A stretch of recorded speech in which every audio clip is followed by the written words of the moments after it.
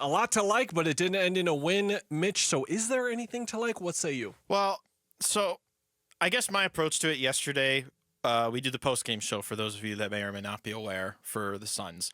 And my approach at this point in the season is I'm still trying to take that quote-unquote high road, let's call it, because you presented the two paths a couple of weeks ago where we continue to hope that they make some sort of postseason related noise, or we just accept the small victories along the way and enjoy the fun moments that are this season, even though it is basically a lost cause. I am trying to be on that side of the path where it's like, let's just take the small victories and be happy about that, even though this season has not turned out the way that anybody would have wanted it to. And last night was really hard to take that path because they did play so well on both ends, or well enough on both ends, I should say, in the first half. The defense, for the most part, disappeared in the second half, while the offense very much maintained, and yet they still lost in a way that they could have won. They could have won against one of the better teams in the league. It was shaping up to be their best win of the year, and instead, because that's just how this season has gone, they lost. Here is head coach Mike Budenholzer afterwards on the defensive performance from his team. You know, they made some shots and they made some plays late. Wells, I think is 5 for 7 from the three-point line, and Aldama, I think, is 5 for 7 from the three-point line. Those guys making shots, some of the transition, I think in the first half and the second half, some big transition three baskets where we got to find everybody, get to shooters, be better defensively. But there's, I think some rim protection, Mason's defense around the rim, Bowles' defense around the rim, Nick, despite his foul trouble. So, rebounded better. So there's some stuff to build on both ends, I think. So unfortunately, with watching habits and analyzing this team over the course of the year, the first half was okay, how long is this going? It was less of a, how is this happening, and more of a, how long are we going to get this for? Can we get it for 3 quarters, 4 quarters, 2 quarters? At the time, that first half was the best half of basketball I've seen them play this year, and not specifically by the overall end product and the performance, which is they only got up 4, but the way that they were playing basketball, specifically defensively. It goes back to the start of the year. That team disappeared in the second half. They were elite offensively throughout most of the game, especially in that third quarter. They were pretty elite. But their defense just dropped off tremendously. And the Bobby Marks stat that you shared last night on the postgame show, 2-6 when the big three score 75 points or more. That's telling to me, and that what that tells me is that they have an inability to perform offensively at a high level while also maintaining enough focus defensively, which is, how you win basketball games in the NBA. Again, 137 points just before the overtime allowed. And admirable that they scored that amount too. But if you're scoring that amount, you shouldn't also be allowing that amount. And then for the final score to finish at 151-148, 299 combined points last night. And I don't necessarily think the Grizzlies were the better shooting team in that game. The Suns had the better percentages. They were relatively even on the field goal opportunities. For whatever reason, it just feels like Memphis had a better idea of how this game was going to go. They kind of got smacked around in the first half in terms of things they wanted to do. Ja Morant was awful until the most important moment of the game, because that's just how being the best player on your team works. Jaren Jackson Jr. fouled out with 5-6 minutes to go in the game. It was a very weird game out of Memphis, and quite frankly, they should be shocked that they won yesterday with how much they had to overcome based on how the Suns played. Yeah, and the frustrating part was with the way the game ended, and you look at what went wrong for the Suns, that is the story of every loss for them. It isn't coming down to me with Memphis making enough plays or whatever. It was all controllable stuff. You go up 4 with 1:17 left. First of all, the free throws beforehand, just make your free throws so you're not even in that predicament. Foul when you're up 4 and you're not in that predicament. Just foul job before you can get a 3 off. I know that he's 1 of 12 from 3 for the game, but you can still foul a guy in that situation to make sure they can't burn you with the math. They lose Aldama in transition, which is very kind to call it transition even, because it was off a make. Yeah. So everyone was back on defense. They just got mixed up somewhere. Completely unacceptable that happens.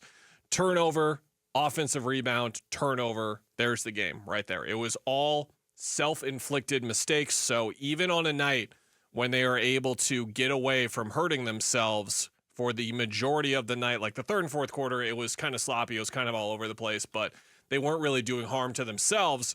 Whereas in the overtime, when the game actually was tremendously on the line, I guess at the end of regulation, but more so at the end of overtime, that team reared its ugly head. And this was just a high-end performance of this Suns team. Like, we've had losses this year that have been definable for them, and you look at them and how they define the Suns season this year. This is one of them that I'm going to remember just because they played just about the best basketball we've seen them play as a team for a half. And then they grinded enough through an ugly slop of a mess over the last remaining 3 quarters that were left. And it still was not enough for them to avoid being their own worst enemy. If we take the last 2 games and let's say we turn this into a which do you think is a better encapsulation of this entire Suns season, this overtime loss to the Grizzlies where they explode offensively, they seemingly don't hurt themselves all throughout the game. They play one of their better, more consistent halves that they have all season, and it still ends up in an overtime loss against one of the better teams in the league. Or do you take the Raptors' performance where they get themselves to within 2 against a team they should not have been trailing for most of the game that they were, end up losing by 18, and just beat up by a barrage of threes that a lesser opponent had? If you were to decide between those 2 games as to which is a better encapsulation of the season, I personally lean the one last night, but I think there's plenty of good argument as to why the loss to the Raptors is a better encapsulation of what the Suns have been this season. Here's Durant on what happened on that Aldama late 3 from his perspective. Wide open. Yeah. We lose our man after a make. Can't have that. Maybe I should have. I was close to the play, but I had a man. I was guarding my man for that corner. Maybe I should have ran out there. The time I looked up, though, he was wide open shooting the ball. But I probably should have ran over there a little harder and contested a little harder. And this, Mitch, sets the table for these next 2 games at home against New Orleans, because I've seen parallels between last season and this season. And the one game that sticks out to me the most from last year was a loss they had against the Pelicans. It was game number 78 of the year. This is one of those, like, you're facing the team that you're competing with a playoff versus play-in spot for. And they lost. And they lost in a game that had a playoff atmosphere. It was played at a playoff caliber level. And their best that night just was not good enough. And you saw it reflecting immediately in their following 2 performances, which is when the Clippers just embarrassed them and then nearly beat them with their D squad the next night as well. When I think it was like their C or even B squad that played. It was at home and home in LA and then here. So I do wonder if that is going to repeat itself here, and we are going to see this team's like realization that their best is just not going to be good enough this year in these performances here on Thursday and Friday. So in general, in my opinion, the direction needs to be, this isn't the year. Let's accept that. And let's see what we can get the most out of the guys that are going to be here next year. And I don't mean Kevin Durant. I don't mean Bradley Beal. And I don't mean Devin Booker. I mean Ryan Dunn. I mean Nick Richards. Royce O'Neal, we need a little bit more consistency offensively, and he's under contract for a few more years. Grayson Allen, he's been up and down for most of the year, struggled to stay on the court. Would love to see more of him. And I would love to see Oso Ighodaro.